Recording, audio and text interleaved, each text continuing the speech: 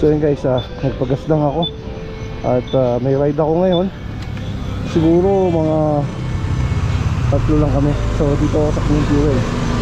Clean Fuel, baka naman. So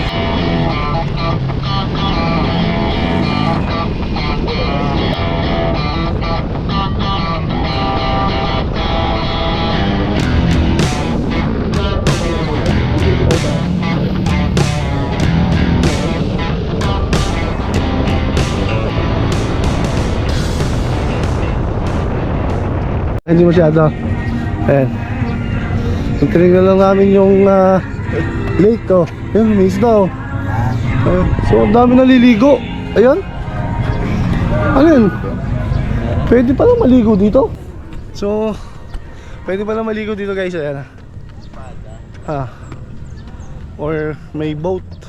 Hindi ko lang alam kung ito may mga boat na sumasayod. Tapos yun yung Taal Lake. Ito. Ayan. Dito kami ngayon guys. So yun, nagbago yata yung namin kasi pumapatak yung ulan. So plano namin na sana akit ang Tagaytay, pero andito kami sa bayan ng Balete. Pero ito area magsusuman. So ito yung suman ni nanay. Oh, ang dami. Ayun oh, puno eh. So bili na lang kami suman. Ayun.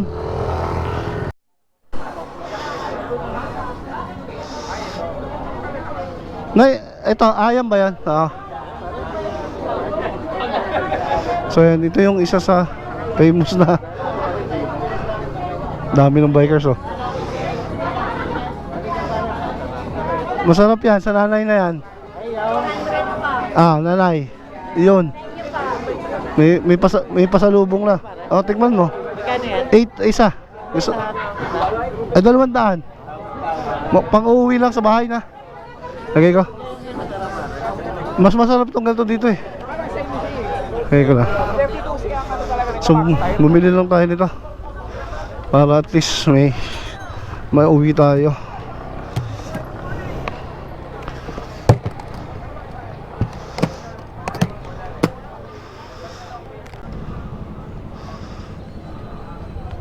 So change location kami mga kapanalig dahil medyo umaambon. So we decided na dito na rin lang sa lugar na to kami magstay, sa malapit lang dito no. Try natin puntahan yung kapusod ni Hawi sa Bireno. Hindi pa rin naman ako nakakapunta doon mga kapanalig.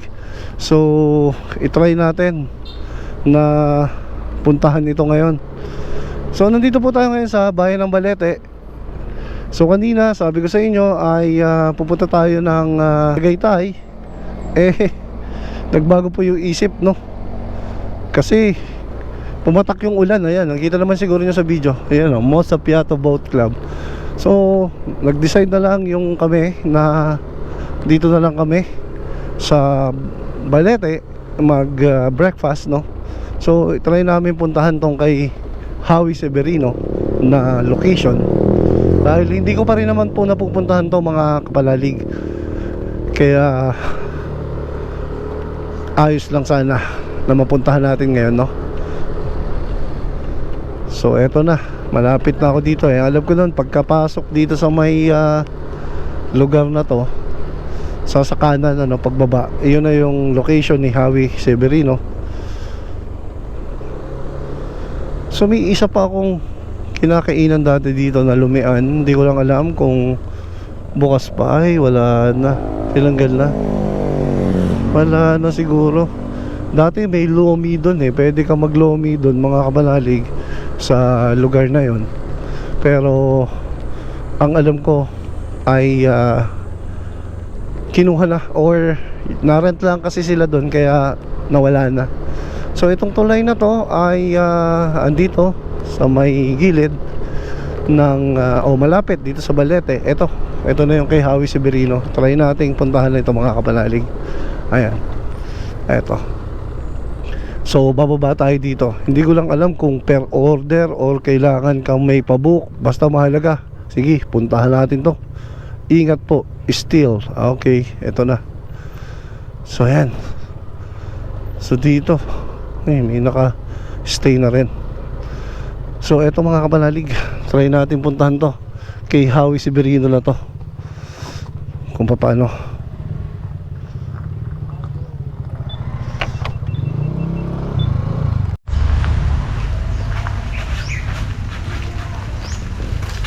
Ito, pasukin natin tong kay Howie Severino. Ayan.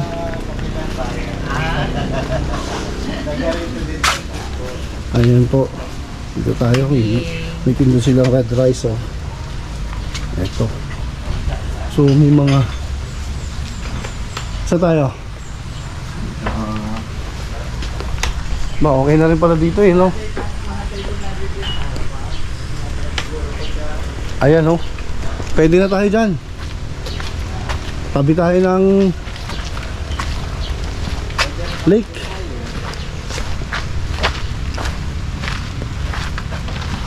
Oh, ayos ah. Oh, maganda din eh. Kaya ako maganda dito. Okay. So, na pare. maganda dito. Ayun, tatanaw din dito yung bulkan. Ito. May lang. Ayun. Tara, order muna tayo. Okay, kuya. Ayan yung price dito. Magbabari, tapa, yan, meron. So, kagandahan dito, pag umorder ka ng breakfast, libre pare. Libre na Kape. Libre na kape. Dahil pag hindi mo nilibre yung kape, yung price ng kape, oh, mas mahal. mas mahal yung tatamaan. Kaya mas mabuti na kasama na yung kape, no? Kasi mas mura yung tatamaan. Nagkape, Oo. baka makakatatlo kang kape pare kanina. Kaya nga aray ko. Pero ayos ng place na to, ah.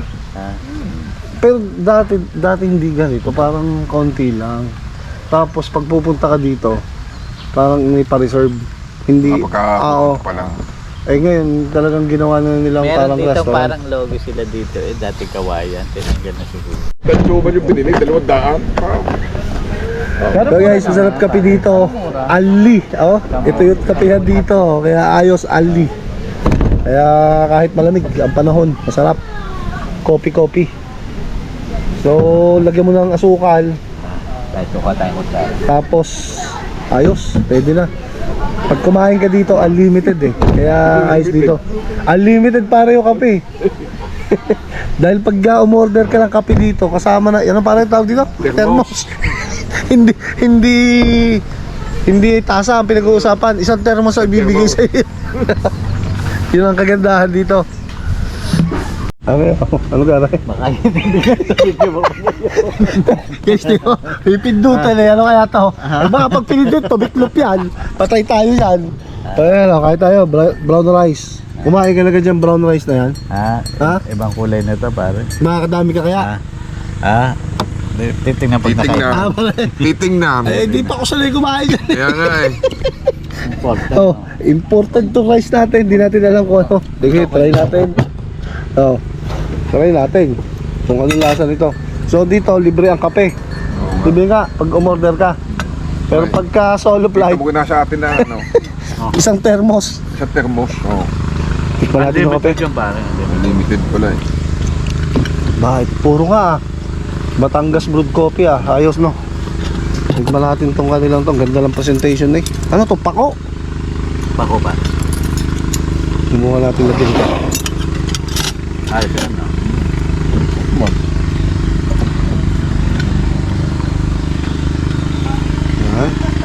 And then Pare pag nagdagdag ka na kaya. ayan, may mga pwede rin pala ditong tigilan na kapareho nito. Ayan, may taklob. So pwede natin tigilan to. May mga electric fan. So nasaan yung swimming pool dito? Doon po sa likod po. Sa kita niyo parking po sa doon sa kaliwa po. Kakaliwa. So ito. Ito yung mga. So yung taas ay private house na po sa namin. Okay ha, Sir Howie na private house na yan. Ayan. Ito. Ito. So yung taas pala, kay Sir Howie na ako na yun, private house. So dito raw sa may left side ang swimming pool. Ayun pala. Ayun oh. Ah, maliit lang. Pero may swimming pool. Yun oh. Tapos okay, may swimming pool siya, yun oh. Meron pala doon. Tapos ano yung pala yun? Ah ha. So ito yung pool. Meron dito. Ayan guys. So. Ah, lupa. Ginayos nila. So eto, uwi na kami. At kanina hindi na umuulan. Maganda puntahan. So ano, pare, maganda ka dyan. Tingnan natin dyan. Ah, so ito pala yung pool. Okay din. Tapos may pwede ka tumulog dito. Shower po muna. Ayun. Ito, pwede ka rin matulog. Ah, ito.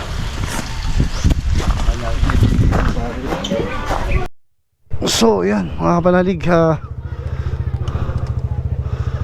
liliit na sisi yung dala namin. Taglit lang ako din sa tulay. So, ito guys, lalabas tayo dito. Ito. Ayan. So, ito mga kapanalig, lumabas na kami noong kapusod ni Howie Severino. Okay din yung po doon, ano, at unlimited pa yung kape. Masarap yung kanilang bangus, ano, ayos yung lasa. So ngayon ay dito tayo dadaan paakyat sa kabilang ito. Ito na.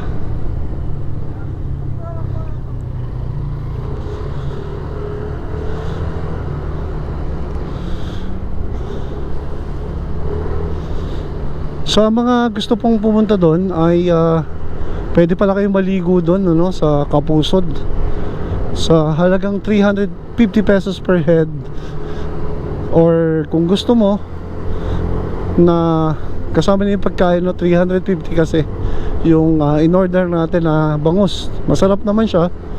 Tapos yung red rice pa yung gamit. At unlimited yung coffee. Yun ang pinakamasarap doon. Ang ibibigay sa'yo mga kapanalig ay isang hindi isang tasang kape, no? Ibibigay sa'yo isang termos na kape yung ibibigay sa'yo. Talagang mananawa ka, magpapalpitate ka na doon sa dami ng kanilang ibibigay na kape. So want to sawa, no? Masarap tumambay. Pwede rin pala maligo doon. Yun ang kagandahan.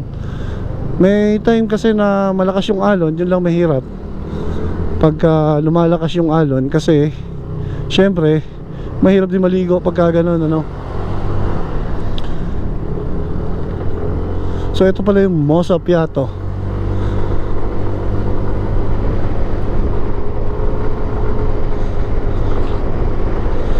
So sa inyong mga kapanalig, maraming salamat sa pagsubaybay sa inyong kapanalig motor rider, sa patuloy ninyong pagtangkilik sa aking mga vlog. And hopefully dumami pa po. At dun sa mga hindi pa nakasubscribe sa atin, inaanyayahan ko po kayo, baka naman po pwede na mag-subscribe kayo kay Kapanalig Motor Rider, para sa mga susunod po mga vlog na pupuntahan natin, mapuntahan o makita ninyo yung mga iba-vlog uli natin. Kung i-comment below na puntahan, ay ilagay lang po ninyo doon sa box. Malay ninyo, kaya din natin napuntahan at mapuntahan ko para sa inyo. So sa inyo po lahat, maraming salamat. At sa mga susunod pong adventure o sa mga lakad at ikot ni Kapanalig Motor Rider, ay makasama ko kayo. Muli, maraming salamat and magandang pahapon na po sa inyo. Bye bye, sana wag umulan.